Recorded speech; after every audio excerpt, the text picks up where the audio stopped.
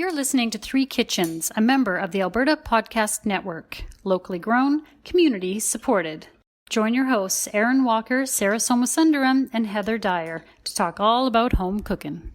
This episode of Three Kitchens is brought to you by the Alberta Association of Optometrists, proudly celebrating a century of caring for Albertans. It happens. Many people don't call their optometrist first for urgent eye care when they need it. From spring cleaning mishaps to winter eye infections, if you or your family have an eye emergency, doctors of optometry are trained to diagnose, treat, and prescribe medications. No referral necessary. And just a reminder, Alberta Health coverage is available towards your urgent eye care appointment.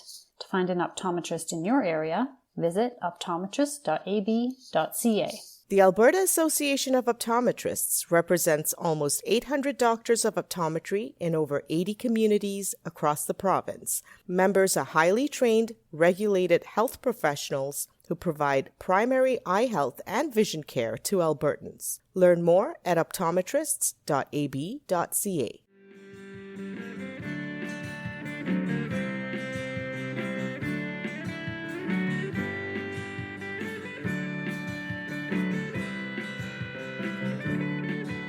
Me. No. Sorry. All right, now that we've done our vocal warm-ups, hello and welcome to this week's episode of Three Kitchens. Today, I will be hosting you through some fun recipes. And Plural recipes. Because I can't ever just take on one thing now, it seems. I've got... She's the overachiever of the bunch. I'm sorry. I'm just the over-curious. I'm like, well, I could also look at this. And then I read something and I'm like, ooh, I'm really like the puppy you have in your house. Shiny Sarah, things. where I read something and I'm like, whoa, squirrel. Ooh, rabbit. Oh, bird. And then, I have no self-control. Well, we enjoy it because we get to eat all the things. Exactly. So and then we don't have to make it. Yeah. Yeah, there you go. So you're benefiting. If anything, you're just, you're enabling me. You're enablers. Oh, we're happy to enable this in your life. Okay, I'll check in with you first. You guys keep me under control. Since I can't run it past myself and make a good decision, I'll now be using you as my like cleaning grout with a toothbrush. Is that what you mean? No, I don't enjoy that as much. I'll still enable that. That's good practice right there. Don't you think? This is why I can't turn to you when I start getting obsessed with cleaning my house, because you two are just as bad. Well, I don't necessarily do all the things, but I appreciate it. And I commend you for doing it. I don't necessarily. Here, take a video of you doing it, Sarah, so that I can get the same satisfaction without the effort. See? Yes. We'll talk about it together and we'll all feel good. Erin, I didn't tell you this, but so 2 days ago, my vacuum cleaner stopped working. And it was the first thing, because now I have a puppy, so like there is no vacuuming every day. So I have this handheld lint remover. Oh no. Wait, okay, I know. Oh no. No, it's I wanted to wash my carpets, so I had a handheld. I have a handheld lint remover that is like reusable, where it sort of goes back and forth, and it has a lip on it.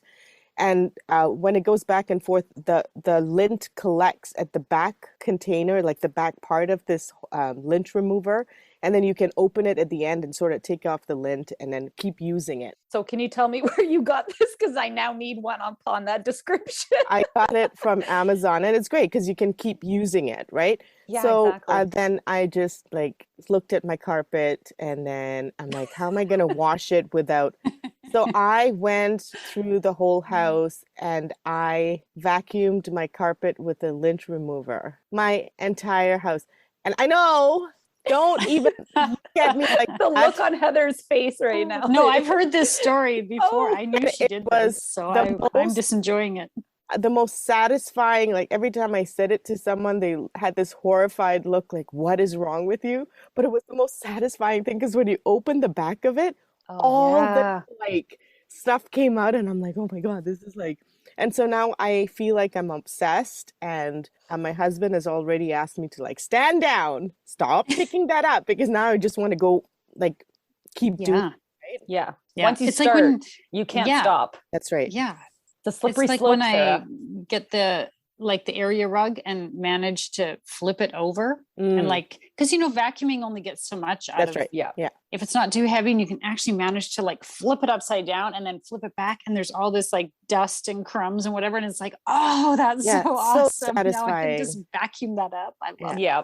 So I lint removed everything, and then I went to wash the carpets. And so you guys might have like sore legs from working out. I have sore arms. Yep. And a clean house. I have sore legs and nothing else to show for it. Yeah, exactly. That's right, Heather. That's right. Oh, shit. I love that you get your workout, and another benefit of a clean house. Anyway, okay, Erin, what are you cooking for us? What are you cooking? All right. So there's these fruits that come into season around this time of year at the grocery store, and I like them. I think they're interesting tasting. They always I'm like, what can I do with them? What can I make with them? They're called persimmons. Mm-hmm. You guys know that I have a little bit of a persimmon, not obsession, but I'm always like, oh, it's persimmon season. What can I do with them now? It's so interesting because I don't think I've ever even tasted one. So I'm very curious. I haven't tasted one here, but I've tasted them in Asia. I used to work at the grocery store, and for a while we had a really good produce manager who, when we got new fruits in that were like dragon fruits or star fruits or some of that stuff that's seasonal that not a lot of people buy, he would slice it up and come around and serve it to us and talk about it. Like, obviously he was really into like the different produce, and that's how I ended up getting exposed to it. That's how I was first exposed to a lychee nut. I think you called it lychee nut. Lychee nut. Okay, a lychee See, nut. she's half right. She's getting. I'm getting learned. I always called it a lychee. No, I know, but she went from lychee nut to lychee nut. So my automatic has been changed. See, I would still say lychee nut. Good. Okay, I'm there still you go. there. I'm stuck and I couldn't on it. remember, so I went with what came first, and I'm half learned. So see, you can't teach an old dog new tricks.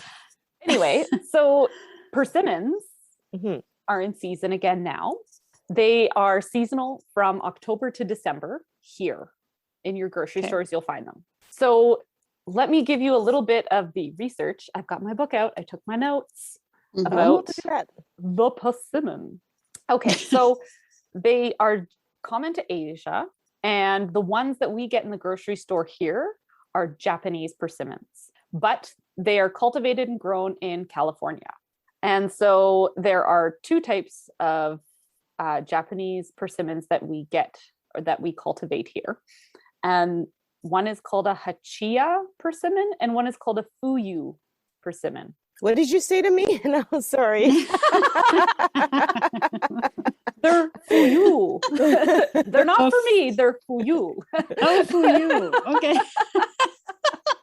So the Hachiya persimmon is a longer, more acorn-shaped persimmon, and I've taken pictures of these so that we can put them up for everyone to see. Okay. But the Hachiya persimmon is this more acorn-shaped one, and it is called the astringent variety, and so you cannot eat that persimmon until it is fully ripened.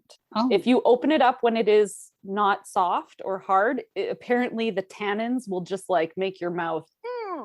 Okay. Everyone describes it as like, don't ever open it up and eat it until it is as soft as a water balloon, is what they describe. Yeah. Right? Okay. Okay. And then the other type of persimmon, the one that's for you, the Fuyu, the Fuyu persimmon, it looks more like a short, squat tomato. That's the kind that That's the one I'm familiar with. Yeah, right. and those are the ones we more commonly see at our grocery store. And those ones are the non-astringent ones. And you can eat them when they are, not quite ripe yet, or up until they get to the water bag state. It's just not really appetizing, right? It's like a water balloon, squishy and exactly. And I was like, so these fruits, I assumed like, oh, they're from far away. It's just that, we brought their seeds over. We're starting to cultivate them. That's why I'm looking for stuff to do with them. But no, I discovered that there are persimmons that are native to North America. They're like the Hachiya persimmons. Their scientific name is Virginiana. So they're common, or they're found sort of in Virginia and the southern United States. They produce a fruit that's very similar to the Hachia persimmon. Okay. And they are, so they're the astringent ones. You don't eat them until they're super soft. And apparently they do not ship or travel well at all. So we would never come across them. Oh, interesting. So now that you have some persimmon knowledge under your belts, my parents went on a road trip on Route 66 quite a few years ago. Cool. I think I remember telling you about this. My mom was getting rid of some cookbooks that she wasn't really using. And she gave me this book that is the Halltown Volunteer Fire Department recipe book from Halltown, Missouri. Okay. So I've been reading this book as if it's from Halltown, Missouri. I was just going to say, don't you have to say Missouri? I think you got to have an accent for this. Anyway. Sounds good. The accent's coming out. Sarah, can you throw one in, please? We like Sarah's accents too. It'll have to be organic. Yeah, you just got to do it. She already said "fuyu" to me, so I'm a little offended right now.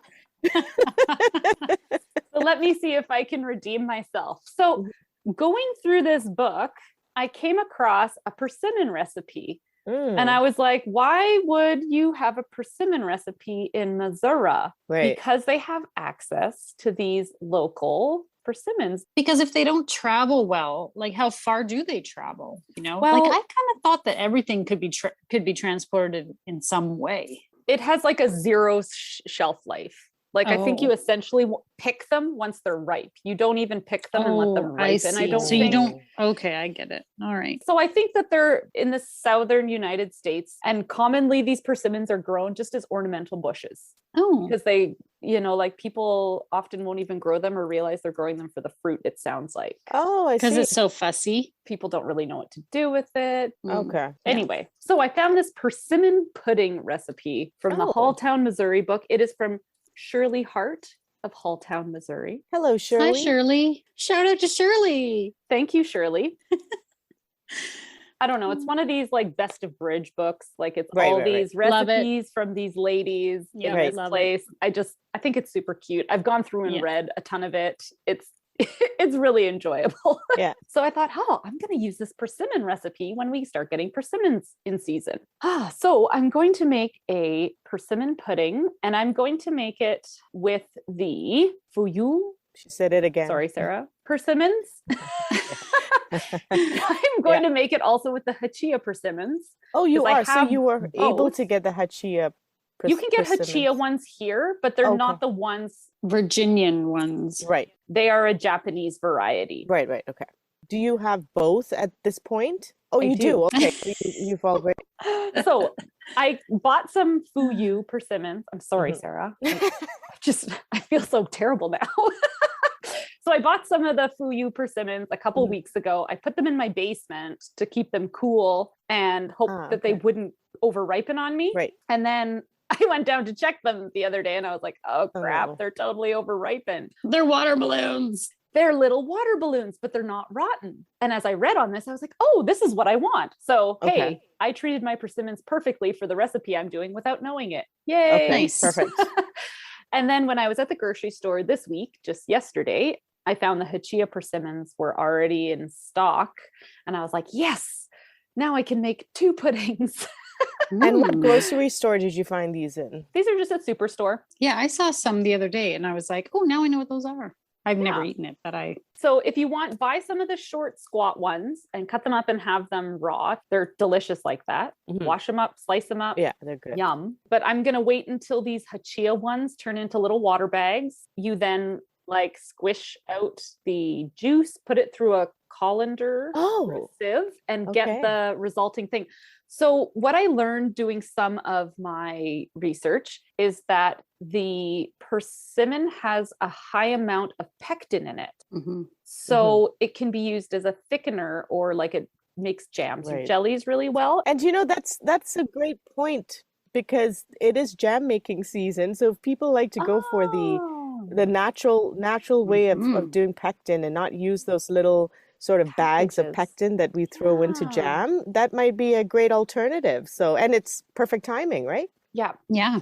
And so, all right, so I've already taken my Fuyu persimmons and smushed out all the insides, put it through a colander, and I've got my jar of Fuyu persimmon pulp ready to go. What do you do with the juice? Well, the stuff that I put through is like, it turns into like, it's like a thick, gooey. Oh, I thought you were like getting the juice out and keeping the rest of it. Oh, I see. No, I'm getting out the pulp and just like getting the seed. It says so this recipe says put through colander 1 quart of persimmons. Should be 2 cups of pulp. It's not very descriptive in terms of technique. It is not here. super descriptive. Surely you could have given me some better. Yeah, Shirley, some of us need a little more guidance here. I'm sure Shirley knows what she's doing because she's been doing it her whole life. I don't.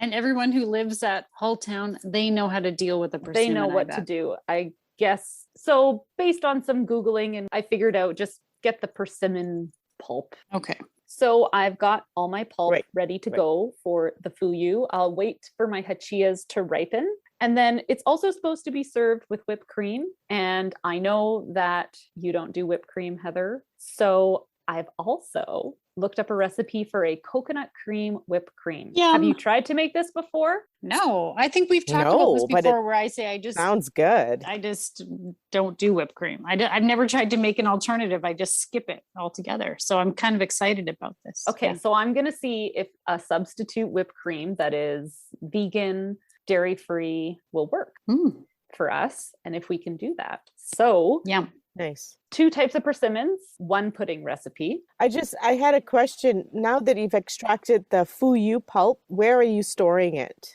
I just put it in a glass jar in the fridge. So I did this last night. I'm going to start working on the pudding today for this one. Oh, okay. So you're going to make it at separate times because you have to wait for the other one. Right. Yeah.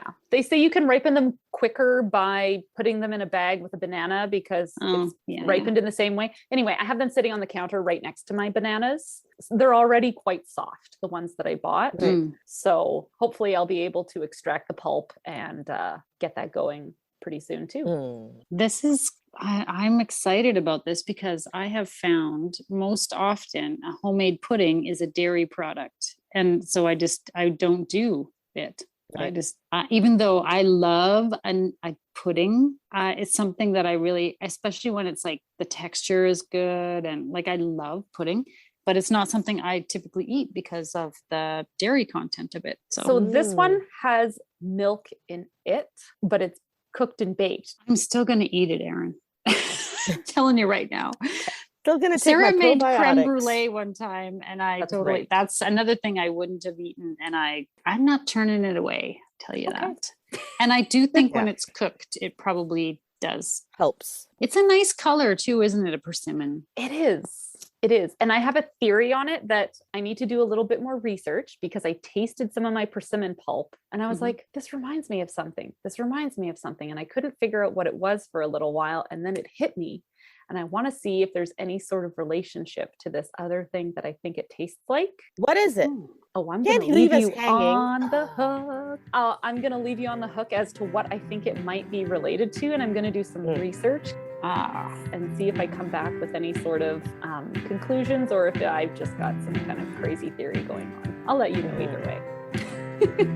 Nice. Well, I'm so curious. Can't wait. Fuyu. To make fuyu pudding. I'm going to make some pudding for you. This episode is brought to you by Park Power, your friendly local utility providers in Alberta, offering internet, electricity, and natural gas with low rates, awesome service, and profit sharing with local charities. Winter is coming, and energy usage for all Albertans will be increasing. So now is a great time for listeners to look at their utility bills and ensure they are on the best plan. Albertans have a choice of utility providers. Park Power is happy to provide free, no-obligation comparisons. If you decide to switch providers, it's easy, and you can feel good knowing you are supporting a local business and helping to give back to our communities with your utility bill. Learn more at parkpower.ca. All right, well, welcome back. We have, you've consumed this persimmon, and I hold up quotation marks, pudding. I don't even know what to say about this persimmon pudding. I also just watched Austin Powers, so the laser going through my head right now. But yeah, this persimmon pudding. Is it perhaps the sort of what I would think of as a British version of a Yes, pudding? a bread pudding. That's exactly what I was thinking. Yeah, that's what I would have Except- called it. Is more like a bread pudding, but not.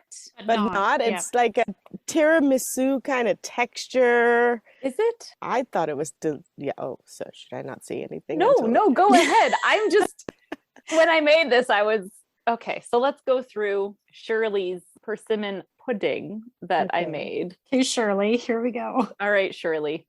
I liked it, Shirley, so I don't know what these two are on about. But Oh, nobody's saying we didn't. I'm not like saying it. Well, my kids didn't. Oh. Well, okay. Let's start. Tell us what was in the recipe. So the persimmon pudding that I made had 2 cups of this persimmon pulp that I had strained through so that it didn't have any skin or any seeds in it. Okay. Along with those 2 cups of pulp, I added eggs, sugar, flour, baking powder, baking soda, salt, melted butter, milk, cinnamon, ginger, and nutmeg. Definitely tasted the cinnamon, ginger, and nutmeg. Yeah. Like it tasted very Christmassy. So you mix this all together. She recommended I could bake this in a 9x9 baking dish. And then I look at my 9x9 baking dish and I was like, I don't think this is going to fit. But I was like, well, I'll try. Yeah, no. So then I had to pour it out of my 9x9 baking dish into the 9x11 baking dish because there was no way it was going to fit in there. And then it baked in a 325-degree oven for about an hour. Okay. More or less. I think I let it bake a little bit longer because I wasn't quite sure about the doneness. And as it was baking, I was like, this ain't looking like no pudding I ever made. So I don't know what's going on. And so how did you check for doneness? Does it say? Until firm. Firm. Shirley gave me 4 sentences to go off of here in this book. So okay. Come on, Cheryl. Sometimes people need a little more. I'm giving Shirley hell here, but I'm sorry, Shirley. It's not your fault. So I brought it out of the oven and I was like, interesting. Okay. It kind of looked like pumpkin pie without the crust. Right. Yeah. It kind of tasted like pumpkin pie. I feel like the persimmon was gone in this. I guess that's what I'm disappointed about. Right. I didn't really taste the persimmon. I thought like it's going to be interesting to taste what this persimmon-y thing tastes like. You could have made this with like anything that you mashed up and made 2 cups of. Honestly, you probably could have made it without the persimmon and it would just be sugar and butter and flour and all mixed up and it would have made like a bread pudding like you kind of described. It was kind of between a bread pudding and a moussey, like a thick mousse. Yeah, its texture is different. I think it was like a very moist cake. Yeah. Like it was more of a cake when you brought it to me and it was like in this little jar. Yeah. And the bottom layer was the pudding and the top layer was the whipped cream, again in quotations, which let's talk about that because that's amazing. And so it looked like pudding, what I was kind of expecting, because in the jar you can't really tell, right? I was trying to fool you guys with my plating. Absolutely. Yeah, because I thought, oh, okay, here I go. And I open it up and I put my spoon in and I'm like, wait a second, this texture is not pudding that I was like. Pudding to me is like soft. Even a pumpkin pie is more pudding-like to me than this was. True. Very true. It wasn't soft. It was dense. It was like cake in the bottom of the jar. Yeah. Oh, I'm so glad that I was like, how do I jar this so it still looks like pudding? I was like, I want them to think it's going to be pudding and then it's not. Not pudding, surprise.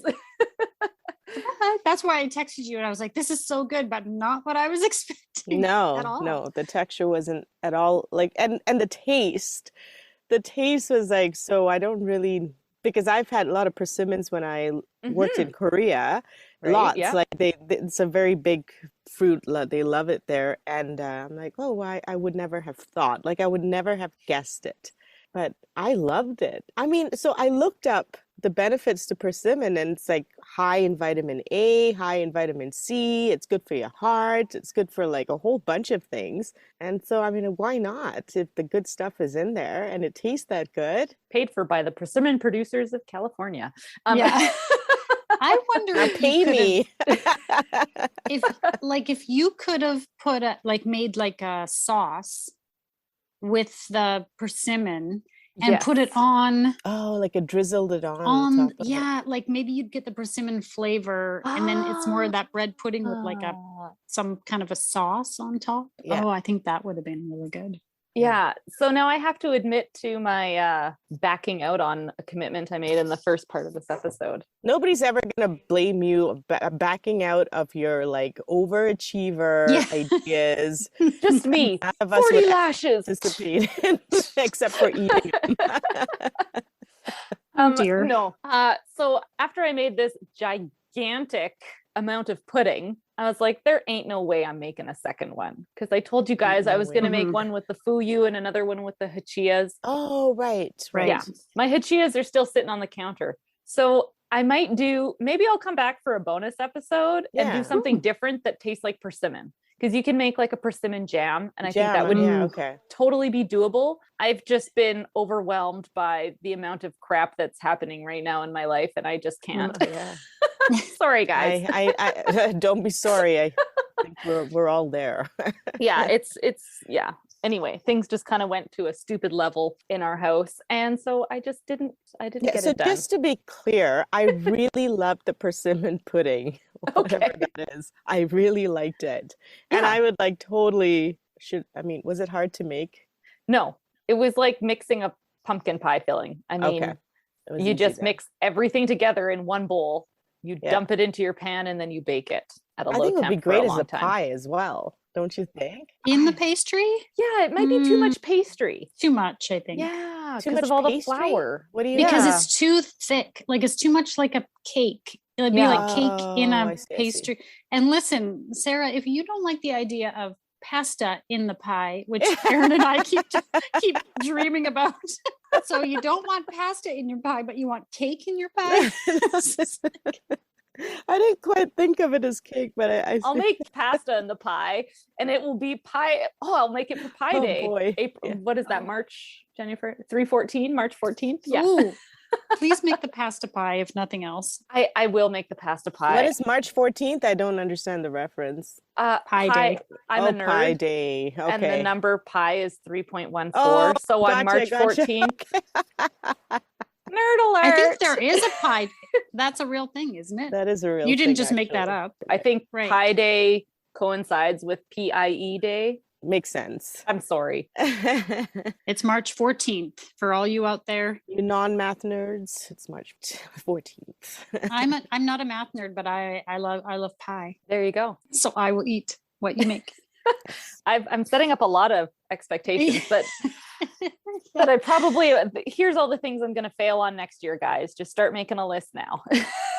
Okay, but so would you make this again?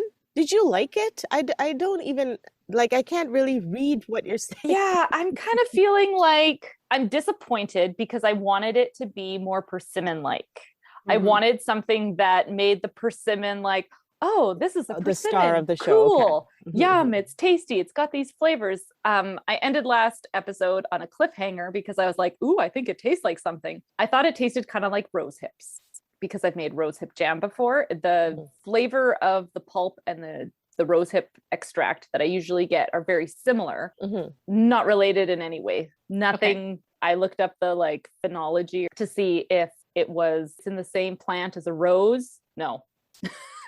And I had guessed, we talked about it afterwards, but I had said, were you thinking rose hips? Because as you were talking about it, that's what I was thinking of. The color of it was super. Yeah, the color and when I went to taste it, I was like, oh, I'm thinking rose hips. And I was like, nope, there's nothing familiar here.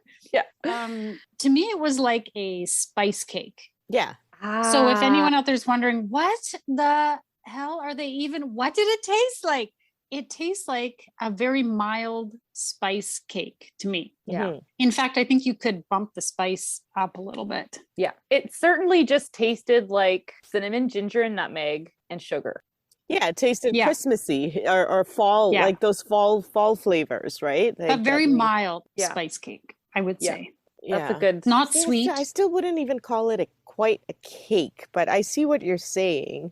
See, I know. we all can't figure out the texture. I know. It's come on, we need to come up with our shaggy dough of persimmon pudding. Why didn't Shirley, where was your description? 3 lines does not a recipe make. Come on.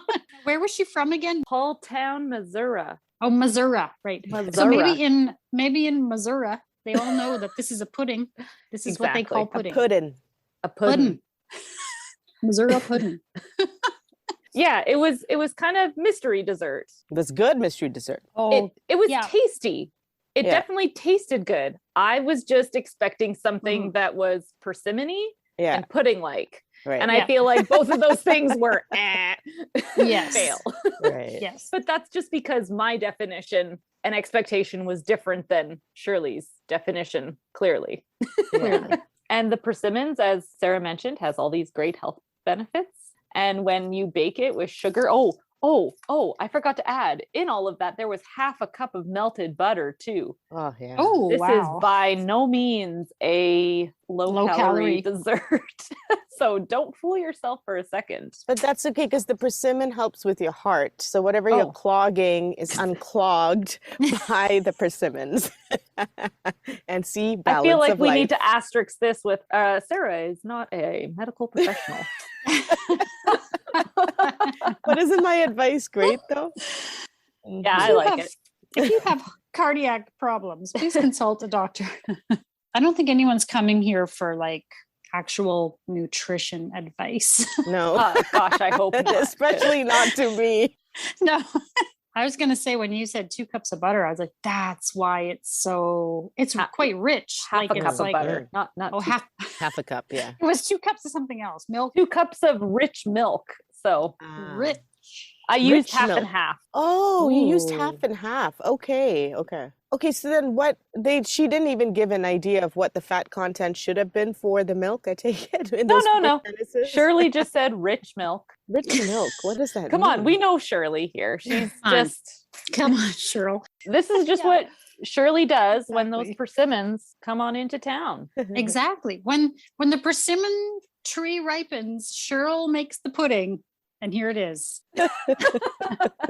And then it says serve with cream. And I know that whipped cream is not going to be your favorite thing, Heather. So I just Googled, do they have like a vegan whipped cream? This was pretty easy to make. Okay, please tell me, because I thought that was wow. Me too. I really liked it. I thought it was delicious. Yeah. Totally a winner. You'll want a can of coconut milk or coconut cream. Now, which one did you use? I used a coconut cream, but I would also say that you could use a coconut milk with this. What you have to do is separate the fat from the liquid. You know, sometimes you open up a can of coconut milk and all the liquid comes out, like the coconut water, and then you've got that creamy white fat from the coconut. Yeah. That's all you want. But isn't that the cream? Like, couldn't you just buy the cream? You don't have to separate it, do you? The can of cream I bought was different than the can of cream I bought last time. And they said that there can be quite a bit of variability in what you get in the can of coconut cream or coconut milk. If you get one that consistently has the 2 parts in it, put it in the fridge overnight, open that up, scoop out the creamy part, and discard or save that coconut water for later. Okay. However you want to use it. So what I did is I got this can of coconut cream that was pretty homogeneous, but it was very thin. So I poured it into 2 jars and I put it in the fridge overnight and let it separate out and scooped off the thicker part. You add icing sugar and vanilla to it, mix it around, and that's it. Oh, interesting. That's it? The key to it is don't over whisk. Okay. I was just like, what? You didn't whisk that? I'm like, oh, this is magic. It says don't over whisk it. So you just want to mix it together, or else it'll start to separate, apparently. Right. Oh. And, you know, with my luck, it would probably start separating right away if I got a whisk into it. So it's broken. It's broken again. No.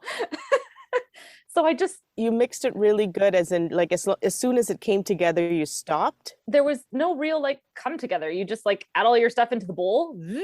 With a hand whisk? I used my electric mixer. Oh, you did? Okay. And did it stiffen up when you whisked it? No, it's not going to stiffen or thicken in any way. So don't like whisk Okay. it like you think it's going to was kind of the Okay. recommendation with the recipe. Yeah, that was really good. Clump Really of good. coconut cream is pretty solid. Right, Mhm. right. The last time I bought coconut cream, I think I got like a really solid, it was really thick. It didn't Mhm. have those two parts. This one was different. I don't know. Maybe the brand I Oh. bought was different or something. Or I got a bum can. The recipe that I read said sometimes you just get a coconut cream that isn't that thick. Mm. Oh. Try a different kind. Oh, interesting. Okay. So Right. you can do it with whatever you find, but just get that really thick mass of coconut cream. And then, yeah, Nice. Oh, That so was good. Yeah. I liked that. I would do that anytime for I any think, whipped yeah, I cream. would put that on pumpkin Mm. pie. I would put that on any of the pies. Like, I think Yeah. that is and I if think it's that's that an simple. You can have whipped cream now, Heather, with your I pumpkin know. pie. I'm Ah! so excited. I loved it. And I love that I didn't have to worry about like, oh, I'll just have a little tiny taste of it. Like, Yeah. it was like, eat it up. It was so Why good. don't they have that at like coffee shops and stuff like Starbucks? Come on, Starbucks. Pumpkin lattes with dairy-free Yes. free pumpkin lattes. It would be so Seems nice. like it would be an easy thing to just, and it says it I keeps in mean- your fridge for like up to 2 weeks. Oh, Like you could make a bunch of this and then, I mean, Yeah. just put it in your coffee every day. I wouldn't put that. That is, I mean, you put an icing sugar in there, right? So you wouldn't want to eat this like all the time, but as a treat on a dessert. Come on, the holidays are coming. You need Exactly. we need It's our the winter problem. layers to keep ourselves warm. Yeah. I'll just get some more fleece lined Stretchy pants or Mhm. something. Yeah.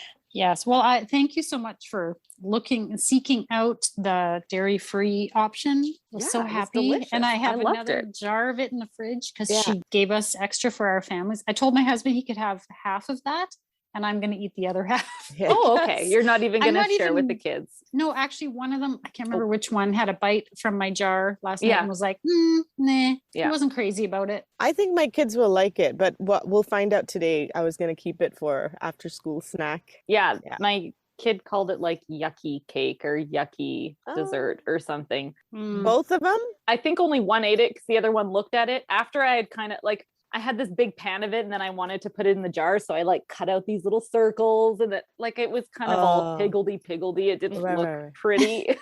Yeah. And he like looked on the stove. He was like, I think I'm okay, thanks. Like How many persimmons did you use? between 6 and 8 of the fuyu ones. So Okay. those are the shorter, Flat ones? the short flat ones. All together with the coconut cream, it Mhm. was yum. I probably would make it. I'm definitely eating another big piece of that for breakfast after Well, this. there you go.